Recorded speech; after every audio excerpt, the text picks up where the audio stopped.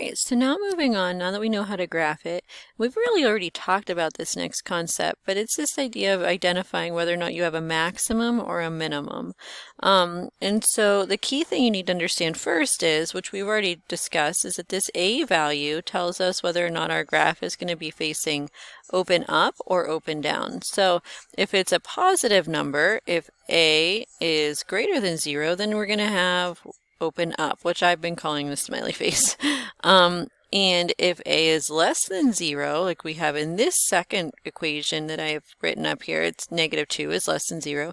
And that's where we have our parabola open down, which I've been calling a frowny face. So negative associates with frowny. That's why I've been saying it.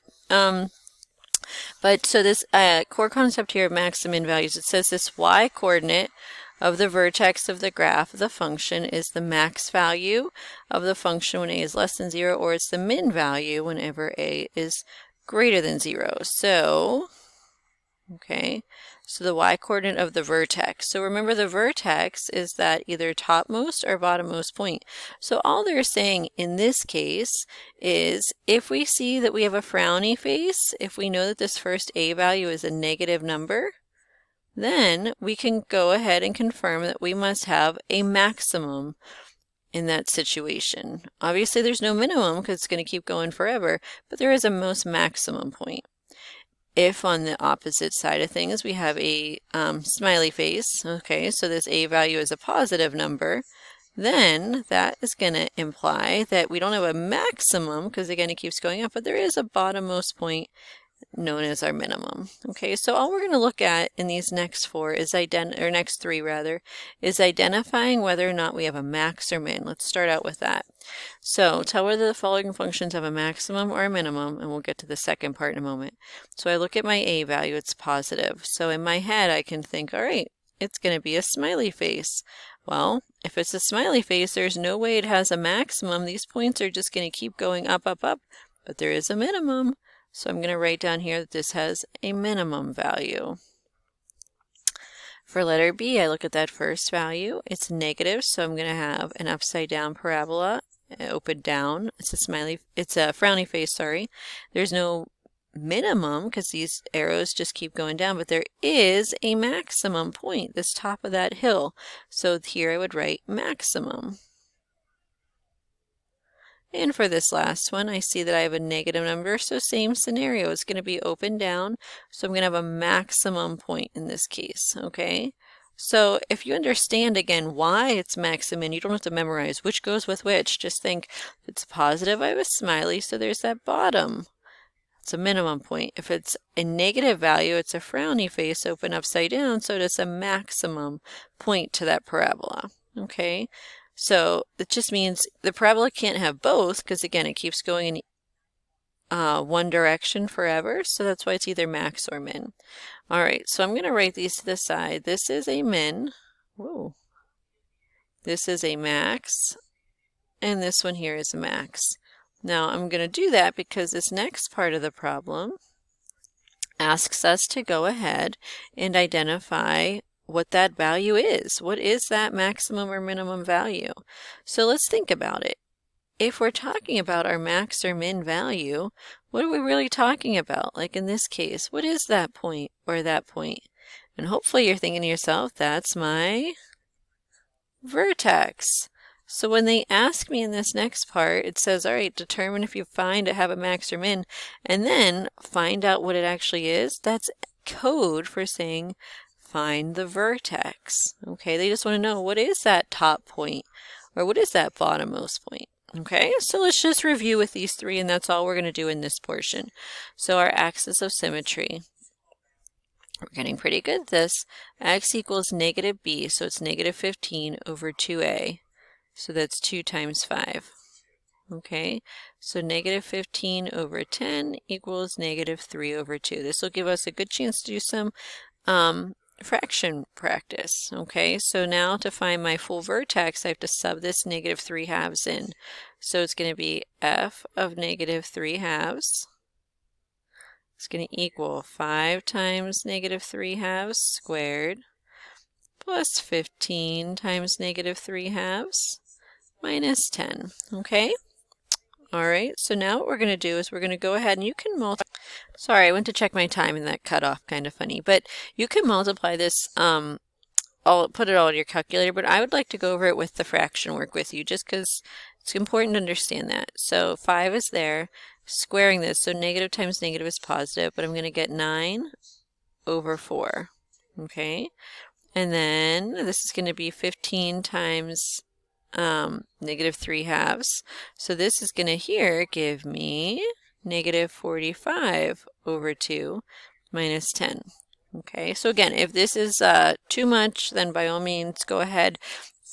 Remote learning wise, it can be tricky to go over some of these rules, but I want to make sure we're getting a little bit of them.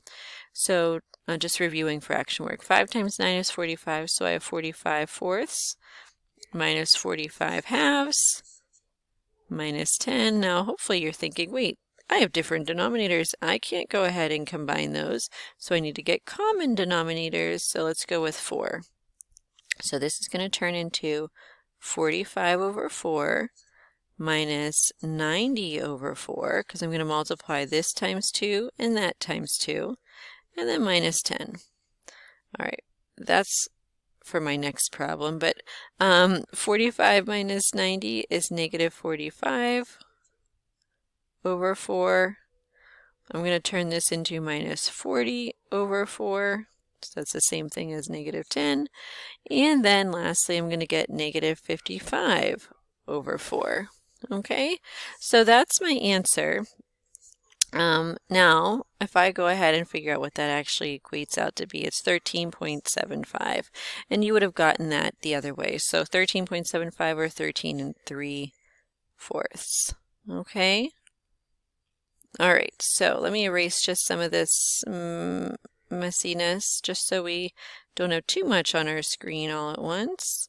So negative 55 over 4. I can write my vertex as negative 3 halves, comma, negative 55 over 4. Or I can write that as negative 1.5, comma, negative 13.75. So the numbers aren't that friendly, but again, very realistic. The key here that we're going for is just understanding that we are finding the vertex. Okay? All right, let's try the next one. Hopefully the numbers are a little bit more friendly. We shall see. All right. So for this one, let's go ahead. I will just rewrite that later. Let's see what they're giving us. So we know it's a max. I'm going to find my axis of symmetry, which is going to be x equals negative 24 over 2a, so 2 times negative 4. So again, axis of symmetry is negative b over 2a, so my negative 24 over 2 times negative 4. So this is 24 over negative 8, so my axis of symmetry is x equals negative 3. I think we can agree there's not really enough space here in these problems to do this, but that's okay. All right, so 24 over negative 8, negative 3. Now I'm going to substitute that in for the vertex. So it's g of negative 3 equals negative 4 times negative 3 squared minus 24 times negative 3 minus 19. Negative 3 squared is 9. 9 times negative 4 is negative 36. All right, and then I'm going to do 24 times 3, and that's going to give me 72. So plus 72 minus 19. And if I do that, I'm going to end up getting 17 as my final answer. Okay, alrighty, so my vertex in this problem, vertex for letter B is going to be negative 3, 17. So it's this x value and that y value. Okay? All right, let's try this last one. And again, let's erase that negative 3, 17. I'll just write that in as the vertex for the answer, so you have it if you're looking. Negative 3, 17. All right, last one. Let's find our axis of symmetry first. So it's going to be, remember, negative b over 2a. So x equals negative 3 over 2 times negative 1/4. All right, so -3 over -1/2. Now you can put that in your calculator. Don't say it's just 1.5 because remember for scenarios like this, you actually want to multiply by the reciprocal. So I'm going to multiply by 2 and by -2 by -2 because that cancels those out. And -3 times -2 is actually +6. Or if you put it in your calculator, you would get that.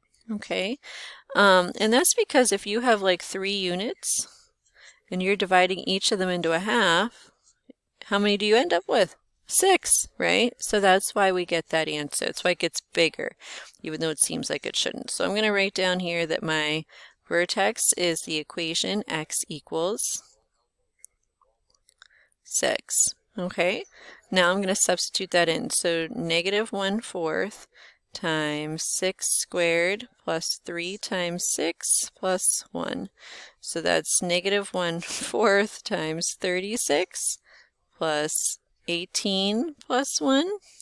-1/4 times 36 is actually -9. -9 plus 18 plus 1. So that's going to be 9 plus 1, which is 10. So in this problem, my vertex is 6, 10. And that's all you had to do. Okay, so the key for this portion of the lesson is just understanding what the max and min are, and that when they ask you to find them, they're actually asking you for vertex. All right, good work, guys. Thank you.